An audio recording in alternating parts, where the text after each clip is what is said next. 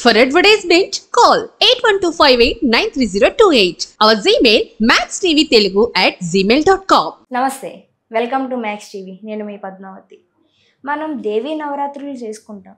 అసలు దసరాలో మనం విగ్రహారాధన చేస్తాం కదా, అది మన ఆచారంలో ఉందా, లేకుంటే మనం చేస్తున్నామా, లేని ఆచారాలను కూడా మనమే తెచ్చి పెడుతున్నామా? ఇవన్నీ డౌట్స్ చాలా మందిలో ఉంటూనే ఉంటాయి. మరి ఈరోజు దాని గురించి మనతో మాట్లాడడానికి ప్రముఖ ఆధ్యాత్మికవేత్త అలాగే వాస్తు జ్యోతిష్య పండితులు నానాజీ పట్నాయక్ గారు వచ్చారు. ఆయనతో మాట్లాడి తెలుసుకునే ప్రయత్నం చేద్దాం. చూసేసేయండి. నమస్కారం గురూజీ. శ్రీమాత్రే నమః. గురూజీ, దసరా చేసుకునే టైంలో మనం కలశం పెడతాం, కానీ దాంతోపాటు విగ్రహం కూడా పెడతాం.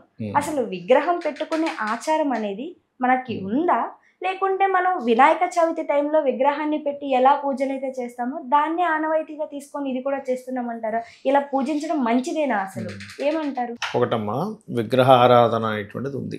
ఎందుకంటే మనకి ఆగమ శాస్త్రంలో కొన్ని కొలతలు ఇచ్చారు. ఒక విగ్రహం ఒక కొన్ని కొలతల ద్వారా ఉండాలి అనేటువంటి. అదేవిధంగా గుడికి కూడా నిర్మాణం చేసేటప్పుడు ఈ సైజెస్ ఉండాలనుకుని చెప్పడం జరిగింది. విగ్రహం అనేది లేదనుకోండి, ఉదాహరణకి ఇప్పుడు మీరు ఉన్నారు, రేపు మీ పిల్లలకి చెప్పాలి సరస్వతీదేవి అని, ఎట్లా చెప్తారు? ఒక ఫోటో ఉండాలి కదా, ఫోటో విగ్రహం అయినా ఉండాలి కదా. ఒక ఇమాజినేషన్కి చెప్పాలి ఇలా ఉంది. నేను మీకు ఏదో పేరు చెప్పాను, ఏదో సంథింగ్ ఏదో ధ్వజాదేవి అని చెప్పి ఏదో పేరు చెప్పేసింది, ధ్వజాదేవి అని చెప్పాను. ధ్వజాదేవి అంటే ఎలా ఉంటుంది, ఉండాలి కదా. అందుకని ఏంటంటే ఒక విగ్రహం అసలు ఎలా వచ్చింది, అది మరి అలాగే ఉంటుంది సరస్వతీదేవి, అలాగే ఉంటుంది లక్ష్మీదేవి, అలాగే ఉంటుంది వినాయకుడు అని ఎట్లా తెలుస్తుంది అంటే, మనకి వేదాల్లోని మరియు మహర్షులు దర్శించారు, తపస్సు చేసి వాళ్ళ దర్శనాలు తీసుకున్నారు. వాళ్ళు తీసుకుని ఓహో ఓకే ఇలా ఉంటుంది అనమాట, ఆకారం ఇలా ఉంటుంది అనేటువంటి చెప్పడం జరిగింది. అలా తెలుసుకొని మనకు అందించారు వాటిని. అయితే చాలా మంది ఏమంటారంటే విగ్రహంగా పూజించడం కంటే కూడా అంతర్ముఖంగా పూజించడం మంచిదే అంటూ ఉంటారు. అయితే ఎలా అంటే ఇక్కడ నువ్వు రోజు అంటే నువ్వు లౌకికమైనటువంటి కోరికలు ఉన్నంతసేపు నువ్వు విగ్రహారాధన చేయాలి. లౌకికమైన కోరికలు నాకేం లేదంటే నేను ఒక సన్యాసత్వంలోకి వెళ్ళిపోయాను అన్నప్పుడు నీకు విగ్రహారాధన అవసరం లేదు. లౌకికంగా నువ్వు తింటున్నావు, నిద్రపోతున్నావు, అన్ని పనులు చేస్తున్నావు, ఫిజికల్గా అన్నీ చేస్తున్నావు అన్నప్పుడు నీకు కావాలి. గుర్తుపెట్టుకోండి. అయితే ఈ ఆనవాయితీ మనకు మొదటి నుంచి ఉంది, కాకపోతే ఈ మధ్య పెరుగుతుంది.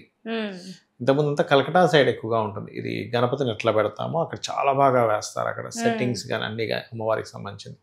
అయితే గణపతిని ఇప్పుడు మనకి కలియుగంలో కలౌ చండీ వినాయక అంటారు. అంటే కలియుగంలో గణపతి యొక్క అనుగ్రహము, చండీ యొక్క అనుగ్రహం తొందరగా ఫలిస్తుందట.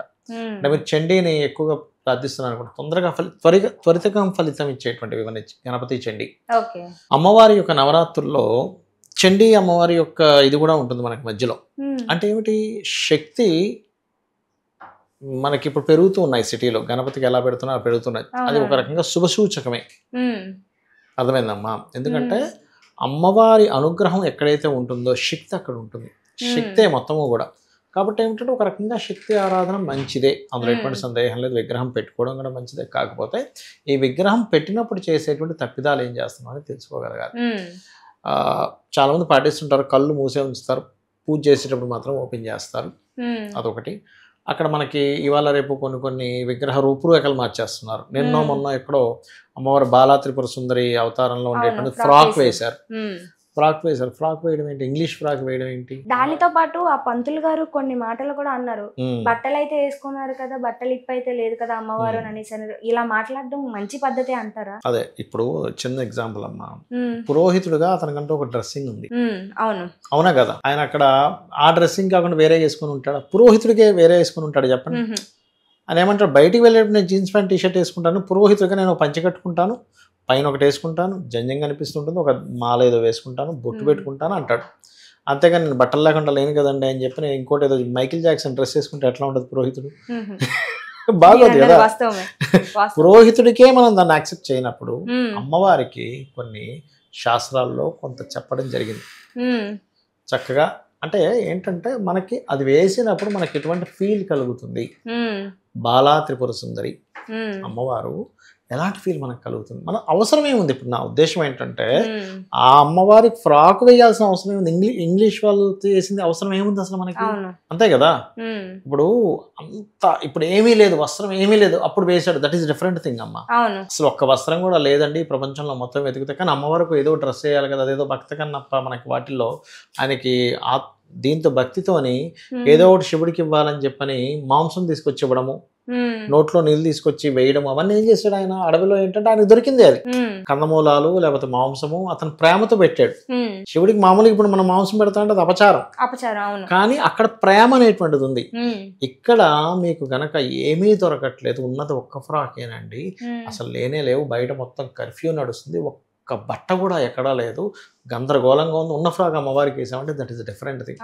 అవసరం ఏముందమ్మా, అవసరం ఏముంది చెప్పండి, ఇంగ్లీష్ ఫ్రాక్ వేయాల్సిన అవసరం ఏంది అమ్మవారికి, పిచ్చి ఇవి కాకపోతే, అంతే కదా. మన ట్రెడిషనల్గా ఎంత ఇది ఉంటుంది, ట్రెడిషనల్ లుక్ వేరే ఉంటుంది మనం పెట్టినప్పుడు. కాకపోతే ఏంటంటే అతని ఉద్దేశం ఏంటంటే మంచిదిగానే కనిపిస్తుంది కదా, అందంగానే కనిపిస్తుంది కానీ ఫీల్డ్లోకి వెళ్ళిపోయాడు ఆయన.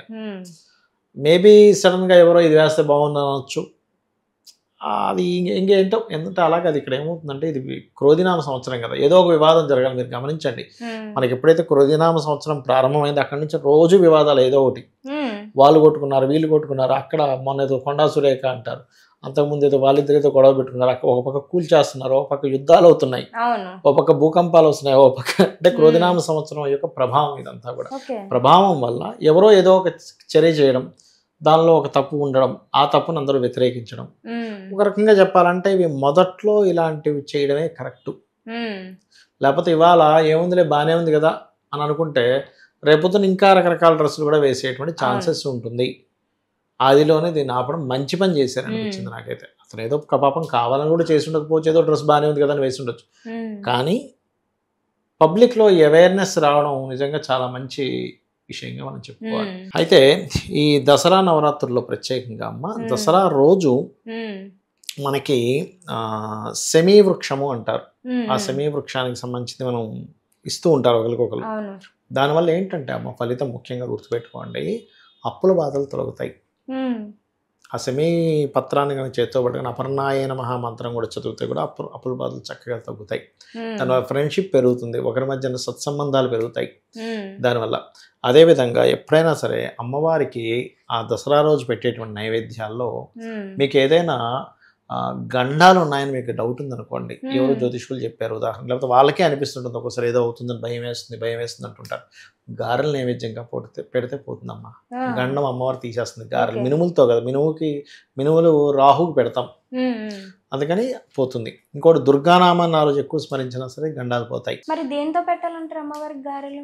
మినుములతోనే పెడతాం, మినుములతోనే గారెలు తయారు చేస్తారు, గారెలు పెడతాం. అలాగే తీపి కబురు వినాలని ఉందండి, ఈ మధ్య ఏదైనా ఒక మంచి కార్యం జరగాలన్నప్పుడు పాయసాన్ని పెట్టాలని చెప్తుంది శాస్త్రం. గూడంతో నైవేద్యం పెట్టవచ్చు. ఎప్పుడు పెట్టాలి గూడంతో నైవేద్యం అంటే ఏలినాటి శని నడుస్తుందండి, శని ప్రభావం ఎక్కువగా ఉంది, శని దోషం ఎక్కువగా ఉంది అన్నప్పుడు గూడాన్న ప్రియ అని చెప్పని ఉంటుంది.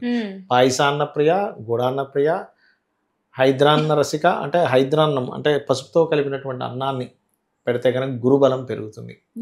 ఒక్కొక్క నైవేద్యాన్ని సమర్పించడం ద్వారా మనకి అమ్మవారు చూస్తుంది ఆ నైవేద్యాన్ని, చూసినప్పుడు దాంట్లో ఒక శక్తి వస్తుంది. అందుకే మనం ప్రసాదం చేసినప్పుడు ఆ ప్రసాదం యొక్క టేస్ట్ వేరుగా ఉంటుంది.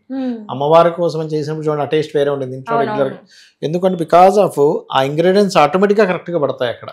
మనం వేయాలని వ్యక్తిని ఆటోమేటిక్గా ఇది భగవంతుడికి చేరుతున్నాయని ప్రకృతిలో ప్రతిదానికి తెలుసుగా.